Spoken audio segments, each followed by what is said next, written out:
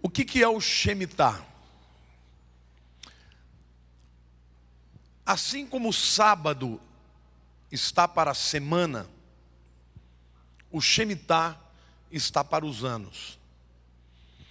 Deus, quando fez aliança com Israel, Ele disse: 6 dias vocês vão trabalhar, no 7º dia, o Shabat, vocês vão descansar e vão consagrar esse dia para mim. Tudo bem até aqui? Todo mundo sabe disso.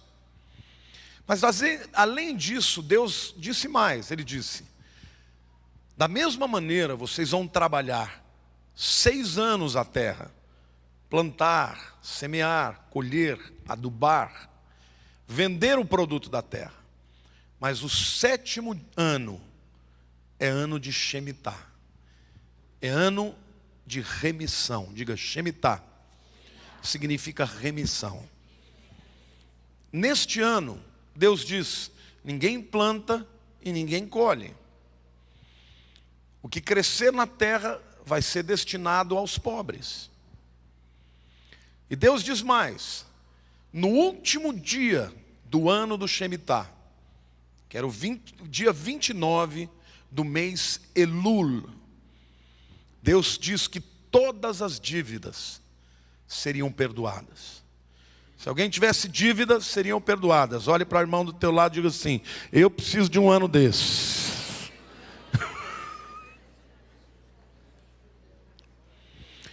Queridos, eu quero que você entenda que Deus não concebeu dentro do seu plano para o seu povo viver debaixo de dívida. O indivíduo que está endividado, ele está cheio de crise, cheio de problemas emocionais, de medo, de ansiedade. Portanto, Deus está dizendo para nós que o propósito dele é o cancelamento das nossas dívidas. Amém? Vinha de cima, sobrenatural. Por isso a palavra Shemitah significa remissão, redenção, perdão de dívidas. E Deus então, Ele diz que se o povo tivesse andando segundo a sua vontade, o Shemitah seria uma bênção. Mas se o povo andasse na apostasia, o abandono, o afastamento, a quebra da aliança, Shemitah passa a significar juízo, queda. E foi exatamente num ano de Shemitah que o templo de Jerusalém foi destruído na invasão dos babilônios. Eu quero começar a falar sobre os mistérios do Shemitah, ou o mistério do Shemitah, fazendo vocês irem comigo para uma viagem para Jerusalém. Para Jerusalém por volta do ano 961 a.C.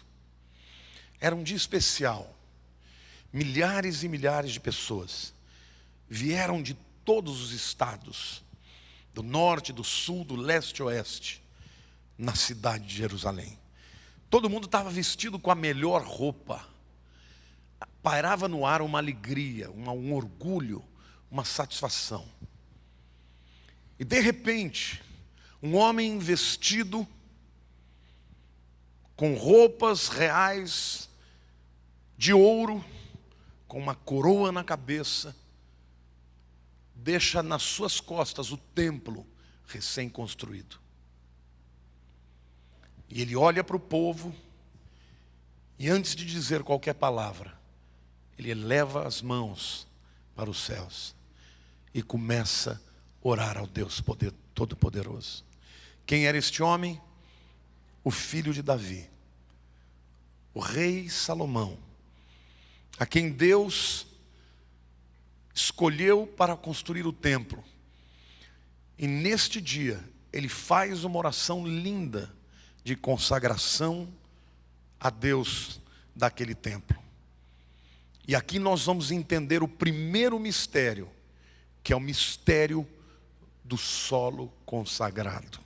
Diga para a pessoa do teu lado: hoje você vai aprender que quando você consagra a Deus aquilo que é seu, Deus leva a sério. E a oração de Salomão está lá em 2 Crônicas, capítulo 6, verso 14, que diz assim: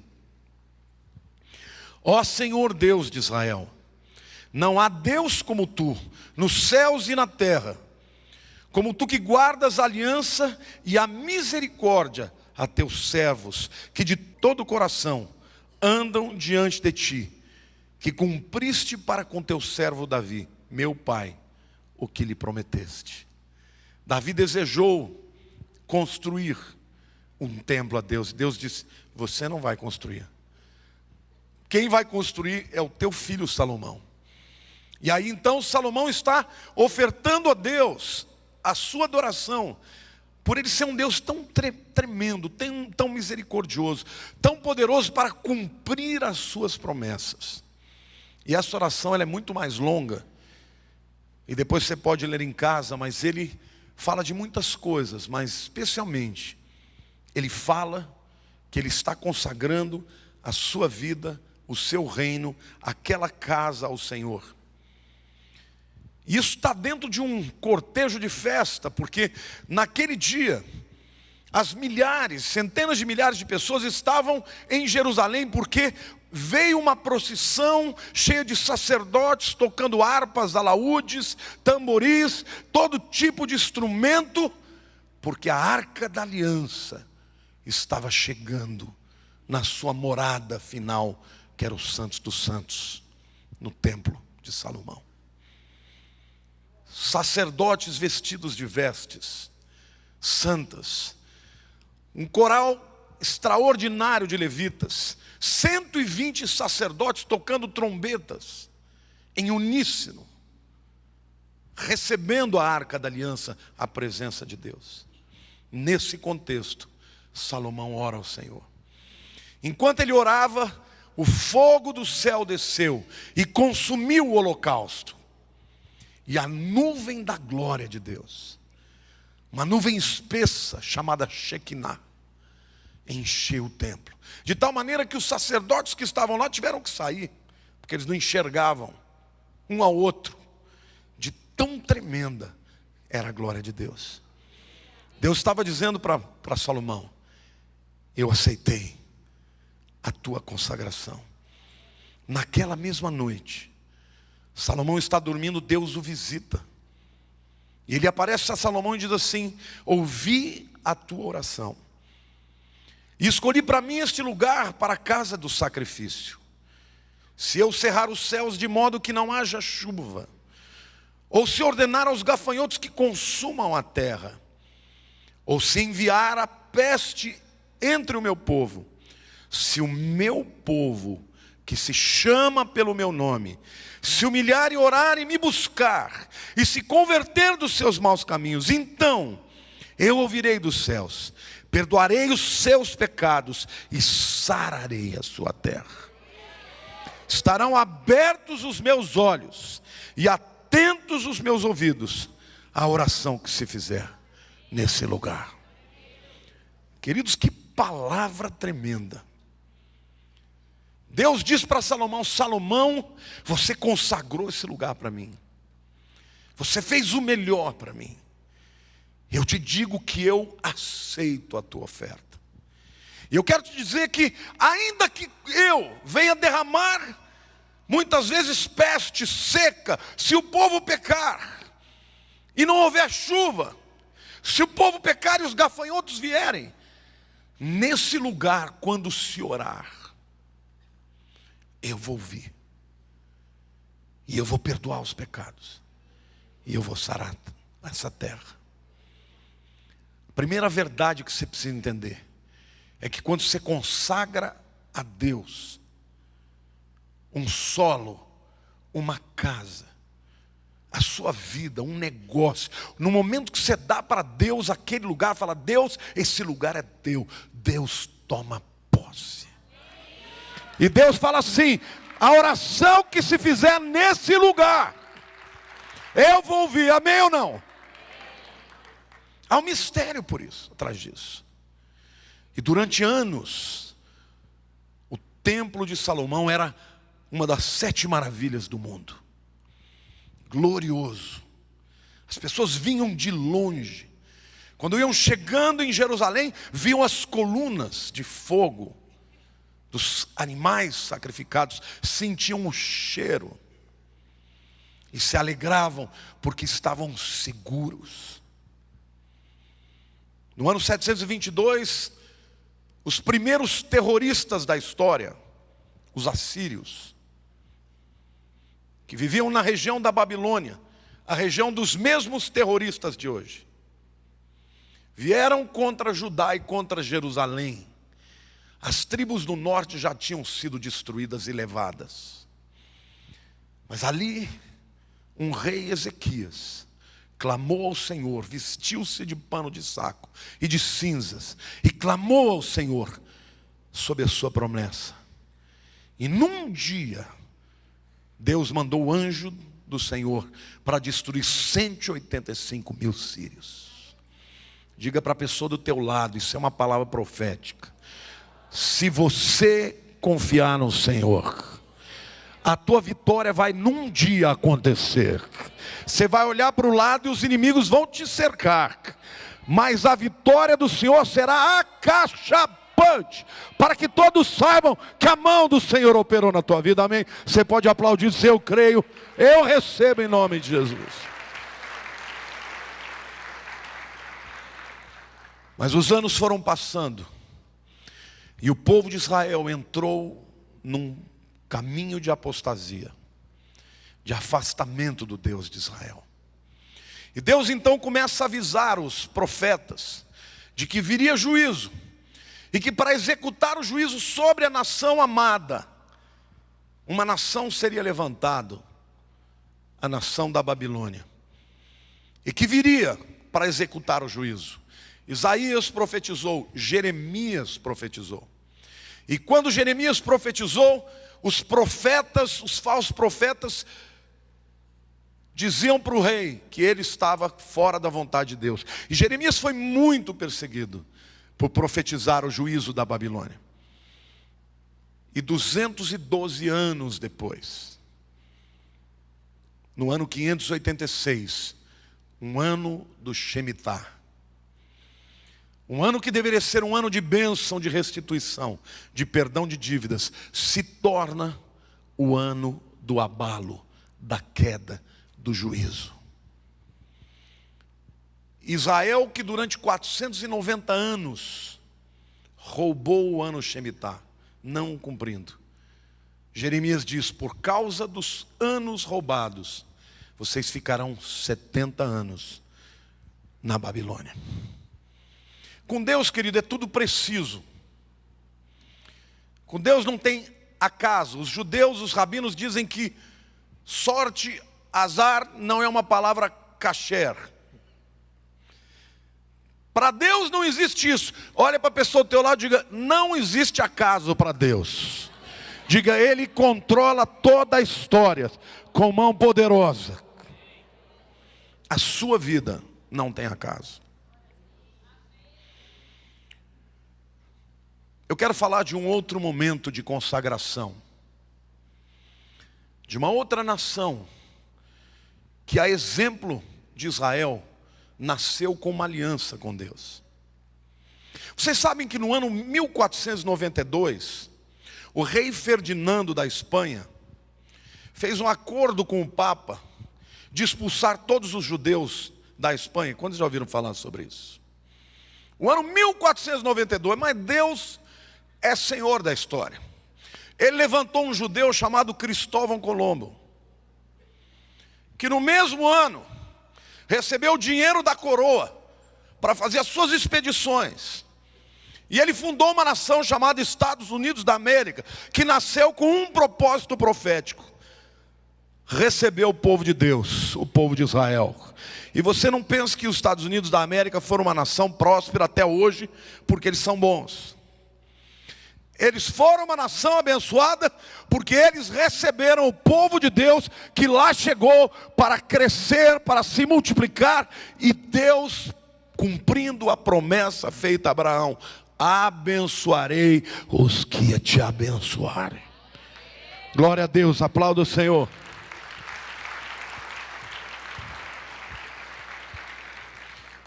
Mas durante muitos anos, a América foi uma colônia dos britânicos. Mas na Guerra da Independência, houve um homem chamado General George Washington, que veio se tornar depois o primeiro presidente americano.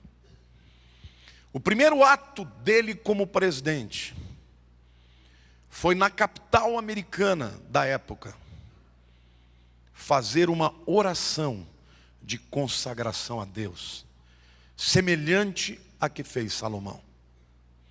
Ele subiu num palanque, também estava com uma roupa especial de gala, também estava rodeado de milhares de americanos, alegres e felizes pela vitória na guerra da independência. E naquele momento, ele também levanta as mãos para os céus. E naquele momento, ele também consagra a nação americana a Deus. E ele então estende a sua mão direita sobre a Bíblia e faz uma profecia. Ele diz assim: se a América porventura se desviar da tua palavra, ela deixará de ser uma bênção e cairá diante dos seus inimigos. Se todavia ela andar na tua palavra, os inimigos cairão diante da América, como caíram nos dias que vivemos. Sabe onde isso aconteceu? Sabe onde era a capital americana? Na cidade de Nova York, nessa época. Sabe onde foi feita esta oração? Consagrando o solo para Deus. Num lugar onde hoje é chamado de Ground Zero. Ground é solo, zero é zero. É o solo onde se consagra a nação nasceu como nação livre. No lugar chamado Ground Zero. Exatamente o lugar onde as torres gêmeas foram construídas. Exatamente 212 anos depois que a nação foi consagrada a Deus. E a Constituição americana foi fundada debaixo dos princípios da palavra de Deus.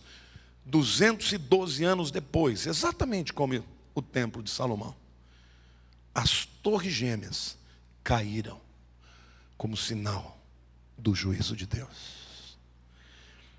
Olhe para a pessoa do teu lado e diga assim: isso é muito sério. Diga, se você consagrar alguma coisa para Deus, não profane. Eu gosto da palavra no inglês, porque ela é exatamente o oposto, né? Consecrate, desecrate. No português não é, né? É consagrar e profanar. Mas desecrate é literalmente desconsagrar. E quando aquilo que foi consagrado se torna profanado,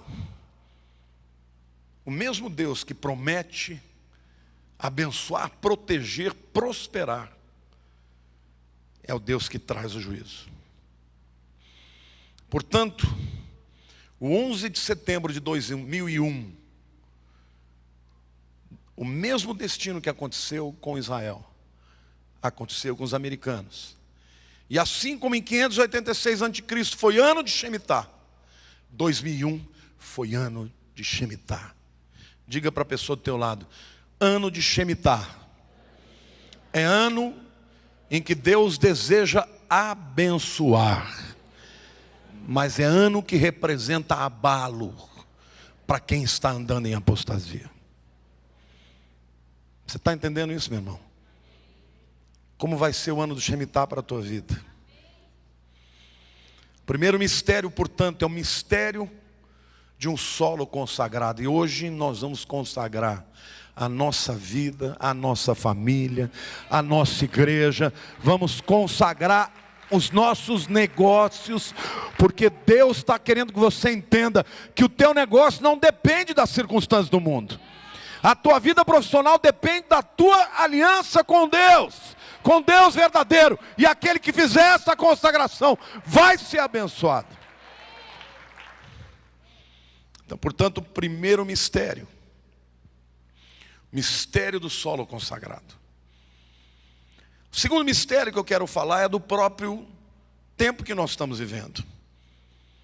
Porque nós estamos vivendo no ano do Shemitah, que começou em setembro de 2014 e vai até setembro de 2015. Só que este ano tem muito mais coisa acontecendo. Neste ano está acontecendo as tétrades, os eclipses lunares que acontecem exatamente nas festas. E olha, esses eclipses não acontecem em qualquer lugar. Você só tem um eclipse pleno em Jerusalém, em Israel. Páscoa de 2014, eclipse lunar. Tabernáculos de 2014, eclipse lunar. Gente, Deus está querendo falar. Páscoa de 2015, eclipse lunar. Tabernáculo de 2015, eclipse lunar. E ainda os eclipses solares. Este ano, para vocês terem uma ideia, o primeiro eclipse solar acontece no dia 1º de Nisan. Lembra que eu disse? 1º de Nisan era o ano que virava, o ano começava. O 1º de Nisan é um ano sagrado. Deus está dizendo. Porque para os hebreus, eclipse do sol representa juízo sobre as nações gentílicas. Eclipse da lua representa o juízo sobre Israel. Deus está falando, tem mistério aí. Olha para a pessoa do teu lado e diga assim: esse ano é um ano que tem muito sinal acontecendo. Diga para o teu irmão do lado: não é ano para você brincar com Deus, não. Diga: este ano é ano de Shemitah, é ano de reflexão, é ano de santificação. E o dia 29 de Elul, o último dia do Shemitah, do ano Shemitah, seria o 31 de dezembro, como se fosse, né? Sempre acontece entre setembro e outubro. Era o dia do perdão das dívidas. Olhe para a pessoa do teu lado. Deus pode cancelar as tuas dívidas. Milagrosamente. Soberanamente. Porque Ele é Deus. Ele é Senhor dos céus e da terra.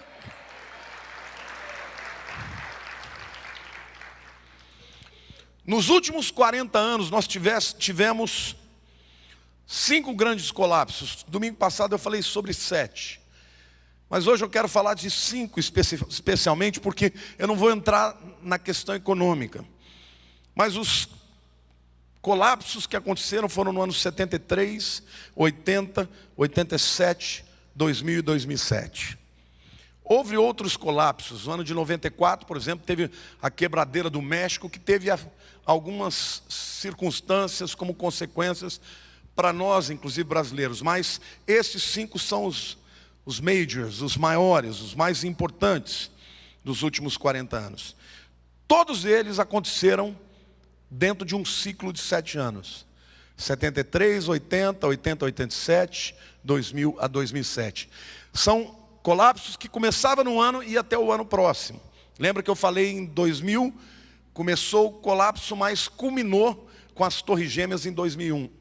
Depois, 2007, começou o problema financeiro em Wall Street, na Bolsa, que culminou em setembro de 2008, quando teve a maior queda de todos os tempos, 777 pontos num só dia. Diga para a pessoa do teu lado: esse ano é ano que vai acontecer coisas enormes. O terceiro mistério que eu quero mostrar para vocês, envolvendo o Shemitah, é que o Shemitah envolve levantamentos e decadência de nações. É muito importante você entender. Quando você lê a Bíblia, você vê que a Babilônia só se tornou quem ela foi porque Deus tinha um propósito para ela. Deus dizia para a Babilônia: eu vou levantar vocês, porque vocês vão ser o instrumento de julgamento contra o meu povo. Então, para a Babilônia se levantar, os assírios tiveram que cair. Quando a Babilônia se levanta, Israel cai. Deus tem mostrado que o ano Shemitah é um ano de decadências e de levantamentos de impérios. O primeiro ano que eu quero mostrar para vocês, que no século XX, muito importante, é o ano de 1917, diga, ano de Shemitah. O que aconteceu em 1917? Só para vocês verem como Deus é detalhista e como Ele é Senhor e como às vezes a Bíblia diz que Ele se ri. Ele dá risada dos homens que acham que são poderosos. No ano de 1917, o império de 400 anos caiu. O império chamado Otomano. Quantos já ouviram falar do Império Otomano? A sede do Império Otomano era em Istambul, na Turquia. Esse Império Otomano era o império que governava o mundo do Oriente por um califado. Este império foi destruído e foi vencido na terra de Israel num dia. Sabe o que aconteceu? Um general inglês chamado Allenby entrou em Jerusalém num cavalo branco e os turcos que estavam lá fugiram da cidade sem dar um tiro. Ninguém entendeu o que aconteceu. Depois eles explicaram. O povo simples das cidades viram o nome dele, Allenby, e eles, como falavam árabe, entenderam Allenby como Alá Nebi. Alá é Deus, Nebi é profeta. Não, ele é o profeta de Deus, nós vamos fugir porque ele vai nos matar. Sem dar um tiro, caiu o Império Otomano. Diga assim, Deus é Deus. Ele ainda pode fazer hoje assim com os inimigos do seu povo. Você crê nisso, você recebe, diga eu recebo.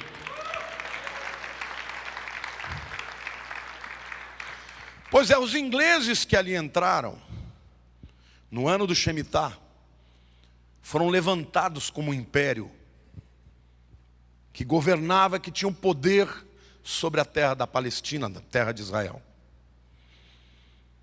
No mesmo ano de 1917, Balfour, um ministro inglês, escreveu uma declaração oficial em nome do primeiro-ministro britânico, declarando o direito do povo judeu voltar para a terra, inclusive declarando que eles tinham concessão para comprar todas as terras que queriam.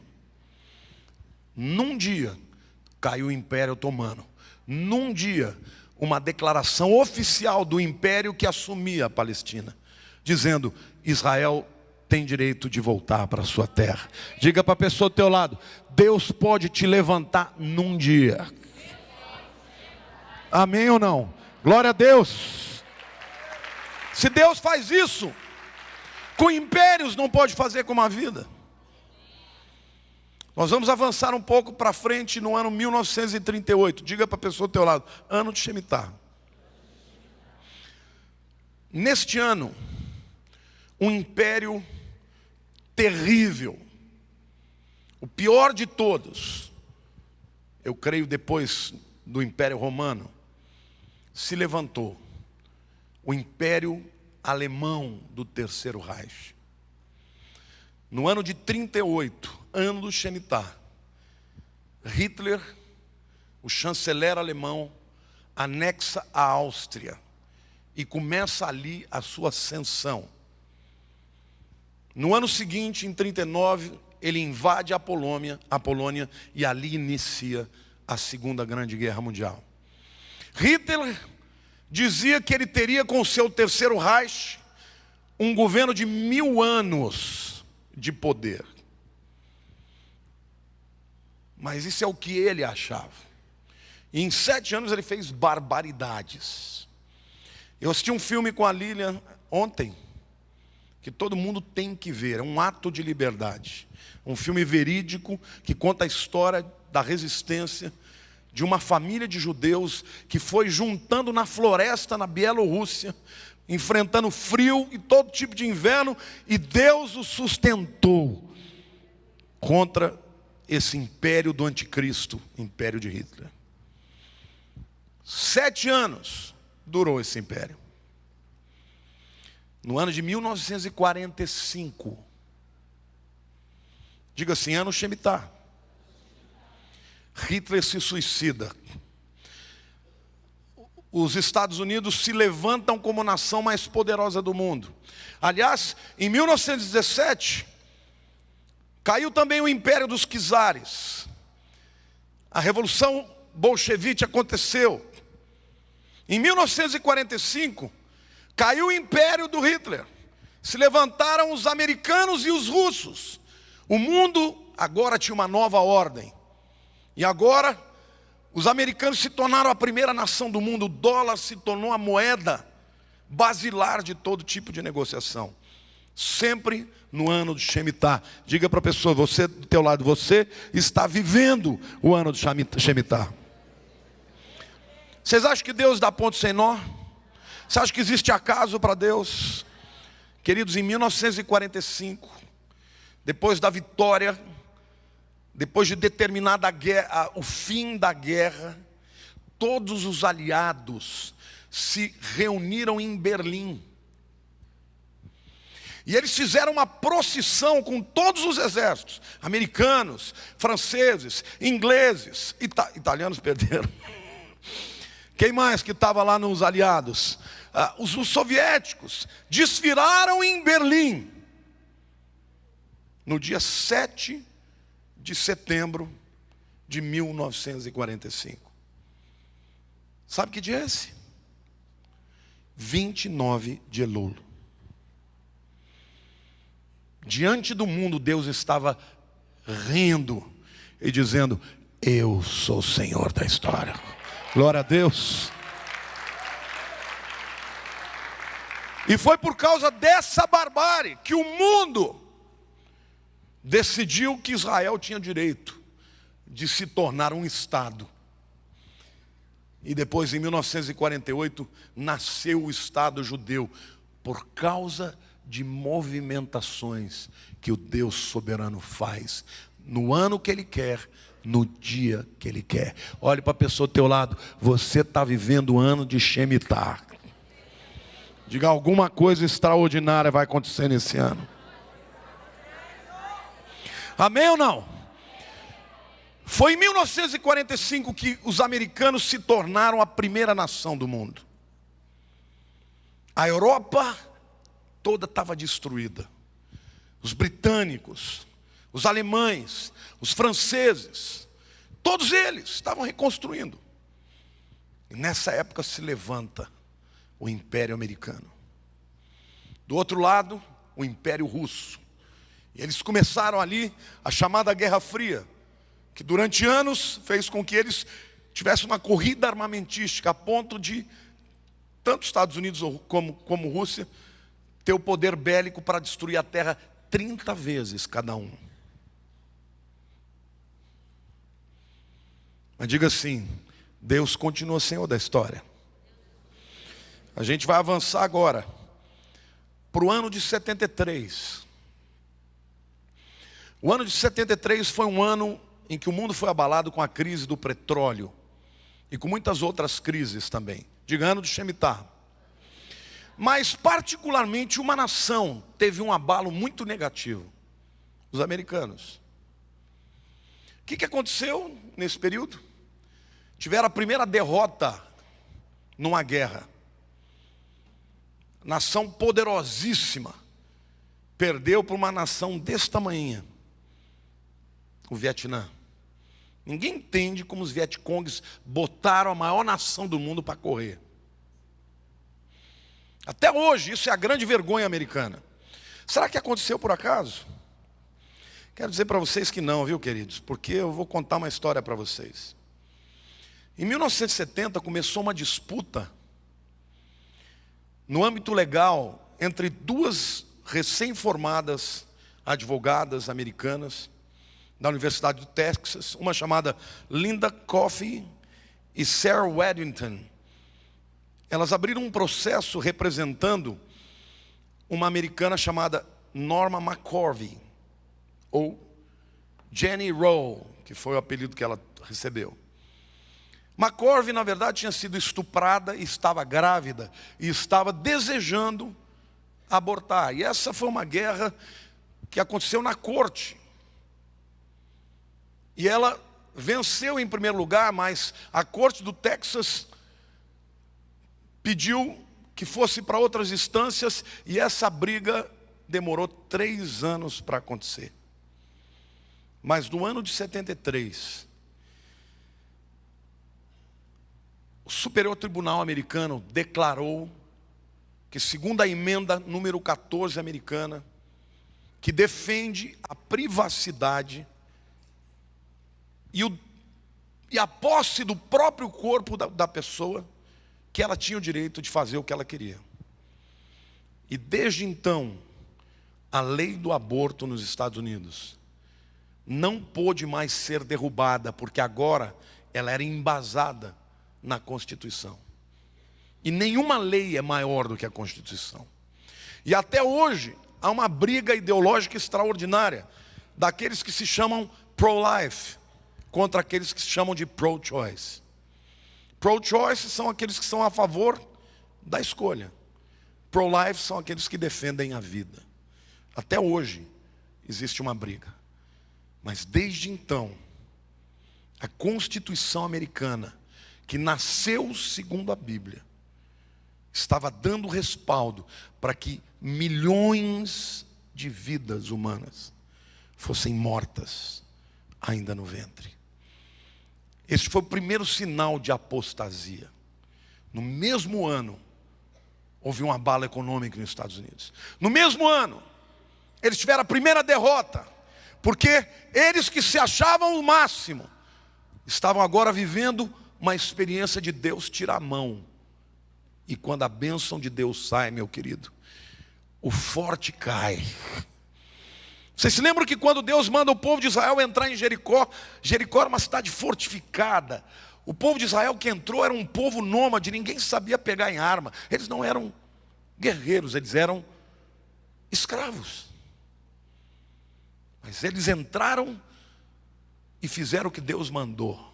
Rodearam 7 dias, no 7º dia, 7 vezes, e calaram a boca e só abriram a boca para gritar e tocar a trombeta.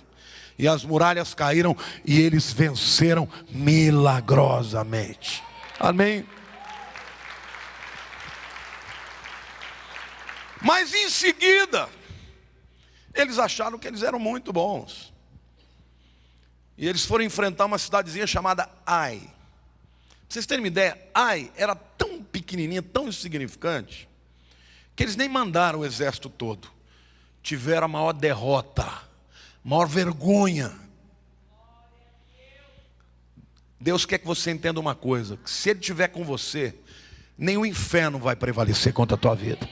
Mas se você se ensoberbecer, o inimigo menor vai te destruir e vai te levar à derrota. Amém? E os americanos em 73 provaram o que é uma nação que está afastando de Deus.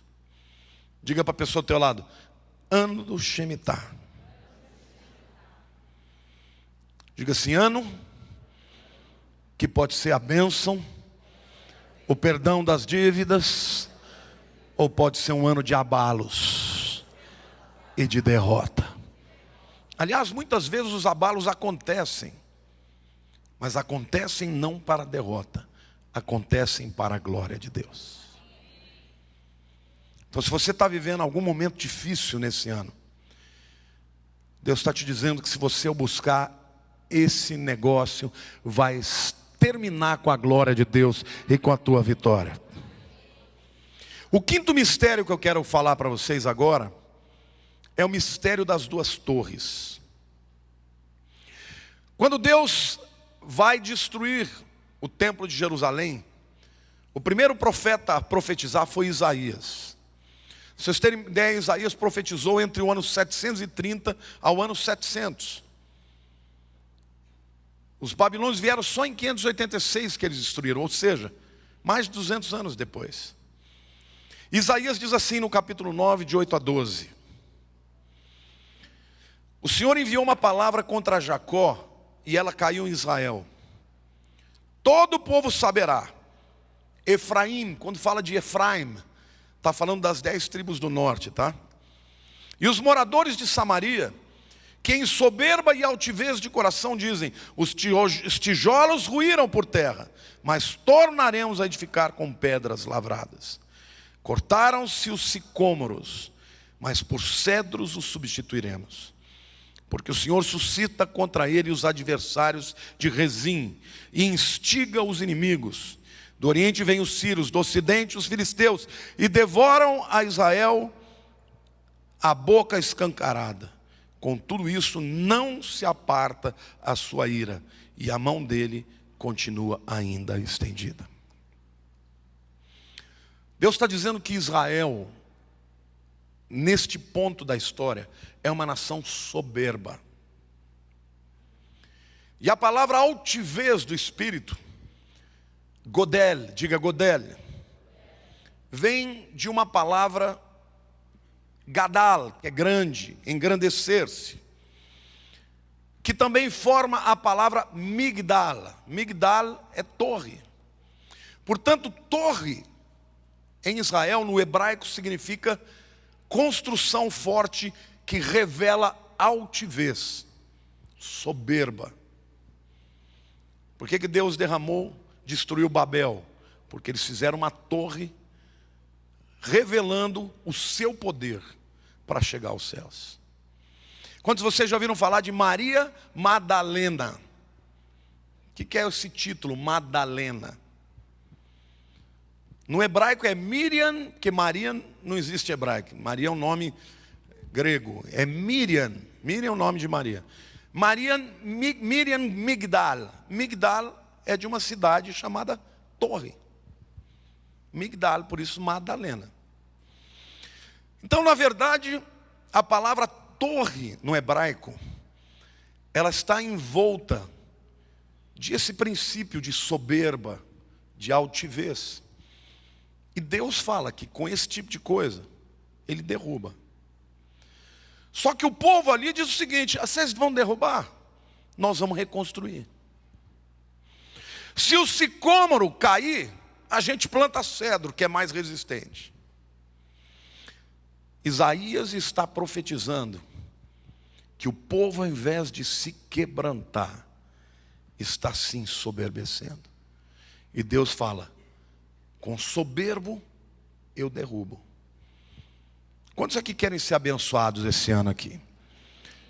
Você quer que eu te dê uma lição de como é que você vai ser abençoado? Quantos querem um segredo que é infalível? A Bíblia diz assim: Deus resiste ao soberbo, mas dá graça ao humilde. O que é um humilde, hein? Humilde é aquele que quando recebe uma bênção fala: isso não é pela minha capacidade, é pela bênção de Deus. Humilde é aquele que entra em contenção com Deus e fala: Deus, eu não mereço. Eu sou pecador, mas o Senhor é bom. A tua graça e a tua misericórdia dura para sempre na minha vida. Humilde é aquele que quando está diante de Deus, ele sabe que Deus é grande, que ele é um inseto. E quando o homem se humilha, a Bíblia diz que Deus vai exaltá-lo. Muita gente cai quando começa a subir. Sabe qual é o momento mais perigoso da tua vida? Não é no momento da prova, porque na hora da prova todo mundo é humilde. Mas na hora que o indivíduo cresce um pouquinho, tem uma promoção, ganha dinheiro, ele acha que ele é o cara. Aí chuta a família, muda de emprego, muda de igreja, muda de família e acha que ele é intocável. E Deus fala: é mesmo. Você quer a bênção de Deus? Se humilhe. Porque até Jesus, o Filho de Deus, precisou se humilhar primeiro, para depois ser exaltado. E olha que a Bíblia diz que ele, sendo Deus, não teve como usurpação ser como Deus. Antes a si mesmo se humilhou. E se tornou homem, como homem se tornou servo, e como servo foi até a morte. Por causa disso, Deus o elevou. E deu a ele um nome sobre todo nome, diante do qual todo joelho vai se dobrar e toda língua vai confessar que Cristo Jesus é o Senhor.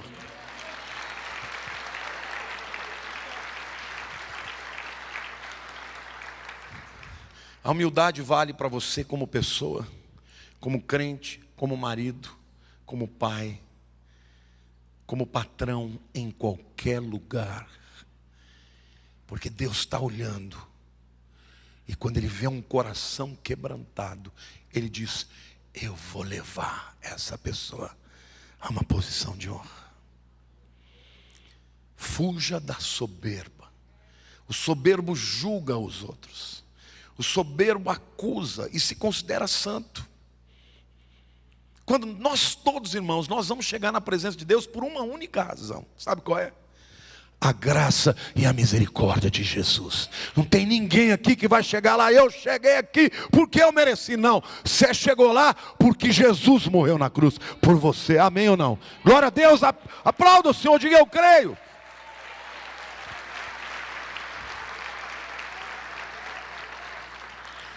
Mas qual é o mistério dessas torres? O mistério é que no lugar onde os americanos consagraram a Deus o solo, eles construíram uma torre na cidade que se tornou o símbolo do poder. Aliás, quem já foi em Wall Street sabe que lá tem um touro, o símbolo do touro do bezerro de ouro que foi construído pelos judeus. Então, aquele lugar que representava a grandeza, a soberbia dos americanos, foi lá que os mesmos inimigos da mesma etnia dos babilônios que vieram, destruíram e derrubaram aquilo tudo.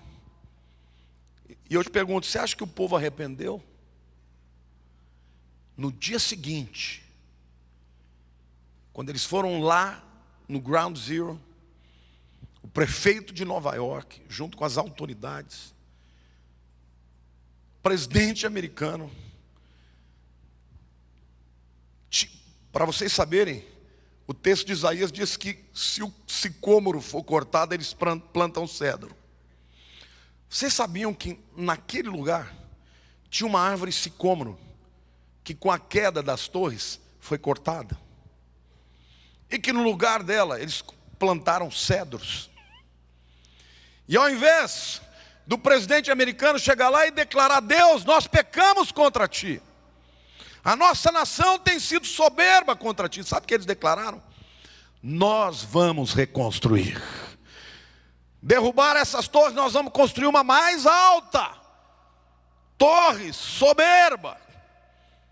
Eu não vou naquela torre. Estão dizendo que esse ano ela vai ser inaugurada. Shemitah. Eu não passo nem perto de Nova York quando chegar 13 de setembro. Mas você vê o que está acontecendo. A profecia que se cumpriu em primeiro lugar para Israel teve uma aplicação perfeita para o povo americano. Porque hoje os americanos são o povo mais que exporta apostasia para o mundo. Todo tipo de afronta para Deus, feitiçarias. Sabe quais são os filmes que mais vendem? São os de feiticeiros, os de dragões, os de bruxas, os de vampiros. É só filme de abominação para Deus. Quem é que comanda isso aí no mundo? Hollywood. A nação que nasceu debaixo de uma consagração é uma nação que hoje exporta apostasia.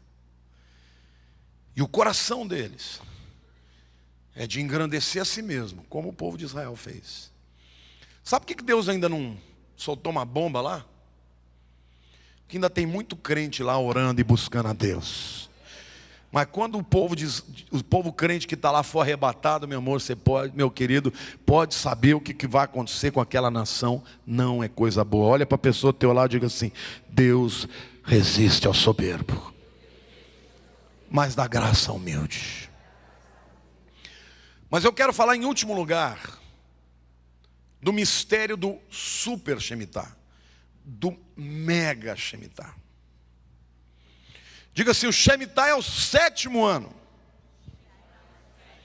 E diga: o super Shemitah é o 49º ano. Eu vou ler para vocês o que diz Levíticos, capítulo 25, de 8 a 11. Deus ama trabalhar em ciclo, viu, gente? E o número 7 para Deus é uma coisa extraordinária. Contará 7 semanas de anos, 7 vezes 7 anos, de maneira que os dias das 7 semanas de anos te serão 49 anos. Diga, super Shemitah. Então no mês 7º, aos 10 do mês, fará passar a trombeta vibrante. Diga, Yovel. Diga, trombeta de carneiro. No dia da expiação, diga, Yom Kippur, fareis passar a trombeta por toda a terra.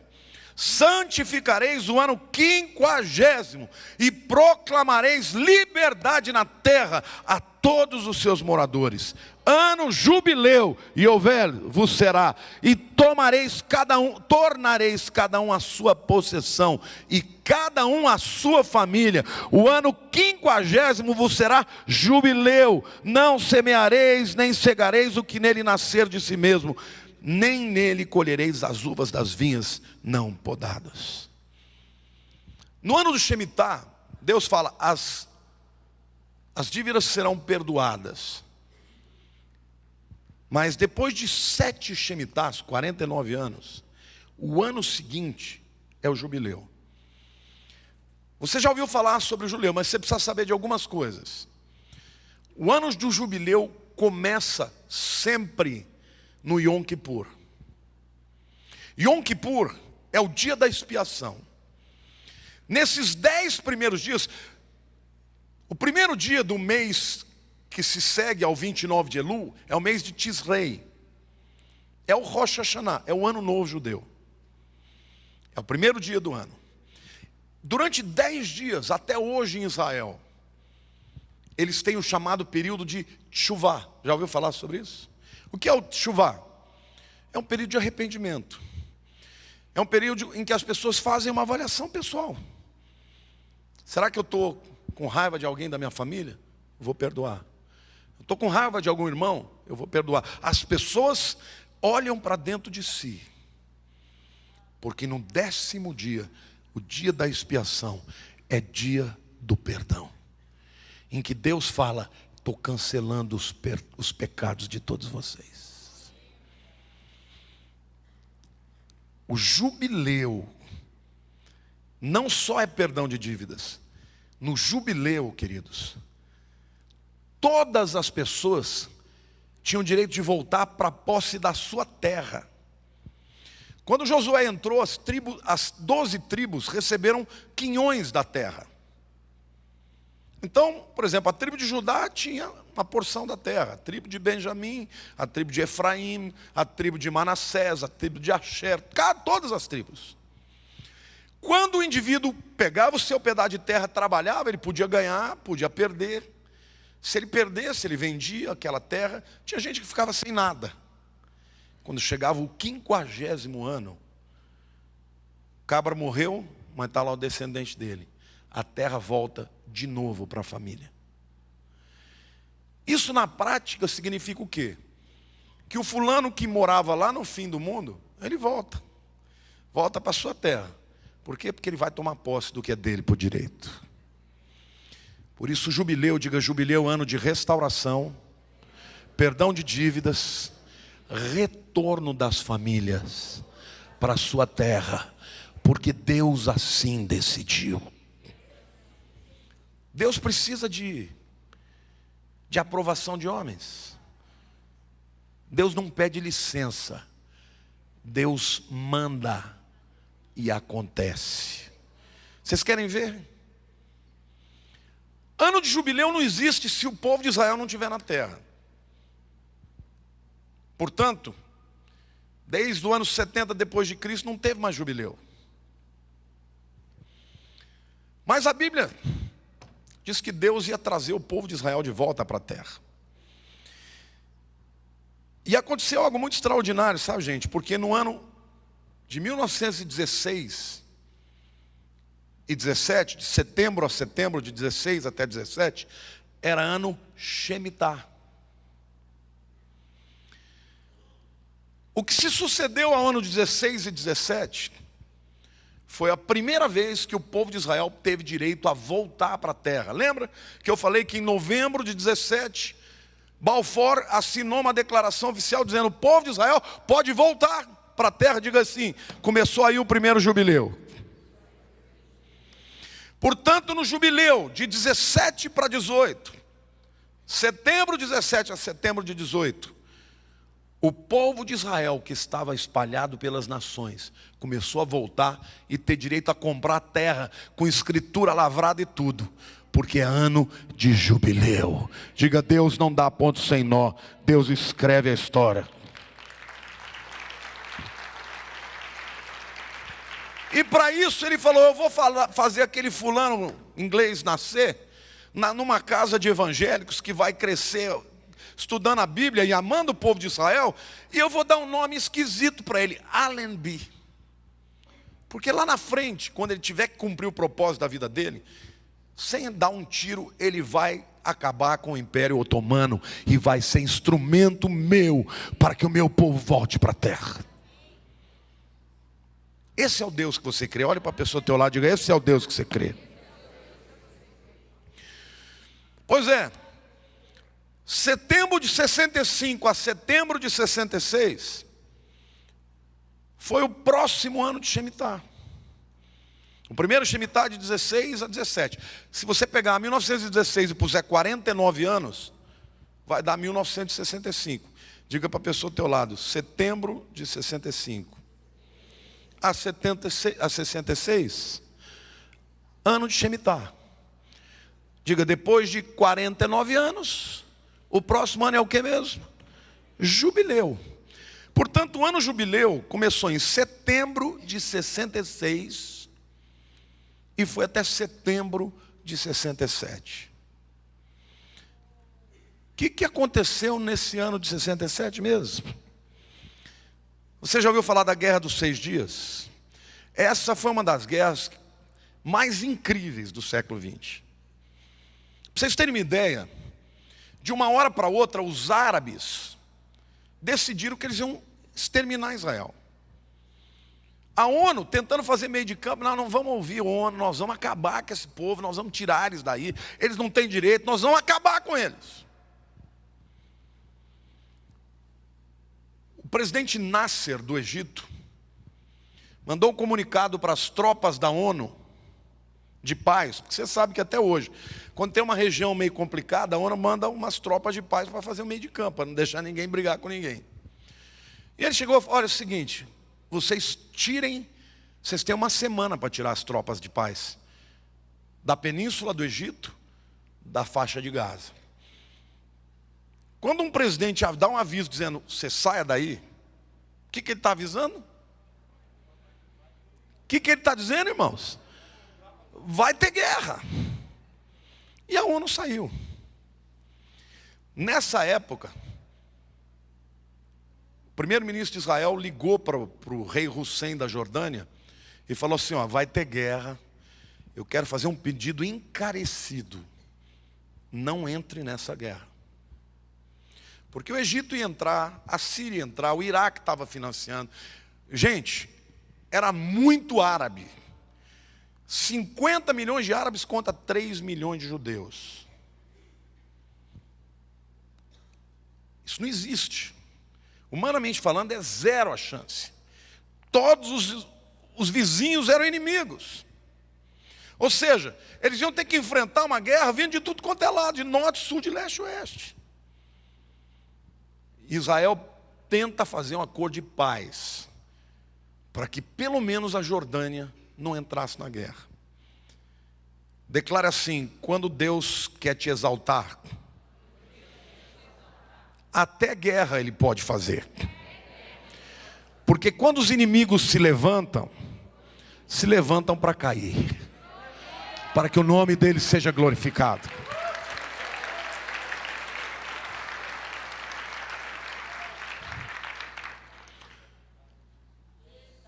No dia 6 de junho de 1967, finzinho do ano jubileu, ia terminar em setembro de 67. Israel sai pela madrugada com os aviões voando abaixo do radar, entra no deserto do Sinai e destrói 430 aviões egípcios no chão. Destruiu não só os aviões, como todas as pistas de pouso e decolagem. Eles saem dali e começam uma frente no norte, em Golã, onde eles tomaram dos sírios as colinas de Golã. No segundo dia de guerra, o rei Hussein, que tinha prometido que não ia fazer guerra, o que ele fez? Vou entrar na guerra também. Por que ele tinha que entrar nessa guerra? Porque eles sabem quem que controlava Jerusalém nessa época? A Jordânia. Se a Jordânia não tivesse guerreado, até hoje Jerusalém estava lá, no poder da Jordânia. Aliás, no início do ano de 67, o rei Hussein da Jordânia tinha feito um grande projeto para fazer aquela região ali entre o muro, entre o Monte das Oliveiras e o Monte Moriá, um complexo hoteleiro para receber os muçulmanos que vinham para adorar. Acontece que começou a guerra. E ele ia quebrar aquele muro, inclusive o portão dourado, que Ezequiel disse que ninguém iria abrir aquele portão, a não ser quando o Messias passasse por ele e fosse aclamado como Yeshua HaMashiach. Ele ia derrubar, ele ia abrir. Olha para o teu irmão do lado e diga: ele ia. Porque quando Deus não quer, ninguém pode. O rei Hussein entrou na guerra. Israel simplesmente tomou Jerusalém e declarou Jerusalém como capital eterna. Ninguém vai tomar Jerusalém nunca mais da mão do povo judeu. Sabe por quê? Porque Deus falou. Mas veja que coisa linda, irmãos. Deus controla a história. Israel achou que fazendo acordo com o rei da Jordânia ia dar certo. Eles não sabiam que eles iam sair daquele ano de jubileu com a terra de Jerusalém de volta na mão deles. E hoje, Jerusalém é capital eterna, não mais Tel Aviv. Jerusalém é capital do povo judeu. O que o jubileu é mesmo? É ano das terras voltarem para a posse original. De quem que era Jerusalém? Desde Davi, é terra dos judeus. É o único lugar no mundo, querido, se você quer amar uma cidade, ama Jerusalém. Que é a única cidade que a Bíblia diz que Deus ama. E sobre a qual Ele botou o seu nome. Jerusalém. Eu amo Jerusalém. Quando eu entro em Jerusalém, eu falo: é aqui que eu quero morar um dia. Quando Jesus vier, eu quero estar lá toda hora. Já está chegando. Sabe por que isso é profético e tão tremendo? Porque quando Jesus lá na ceia falou: eu não vou mais beber do fruto da vinha, até que me digam Baruch Rabá, bem-vindo o que vem em nome do Senhor. Amém? O povo de Israel tinha que estar na terra para clamar: bem-vindo o que vem. Quando aconteceu isso? Diga: jubileu. Seguido ao super Shemitah. Bom, se o Shemitah anterior aconteceu de 65 a 66, e o jubileu aconteceu de 66 a 67, vamos avançar 49 anos a partir de 65, quanto que dá? Setembro de 2014. Setembro de 2014 começou mais um super Shemitah. Olhe para o teu irmão do lado. Esse não é só o ano do Shemitah. É o 7º Shemitah. É o super Shemitah. Aleluia. Glória a Deus.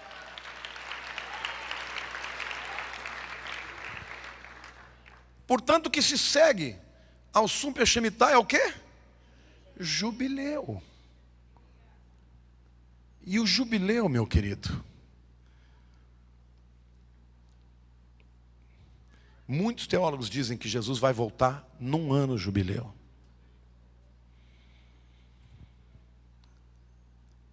E nesse ano que Jesus voltar,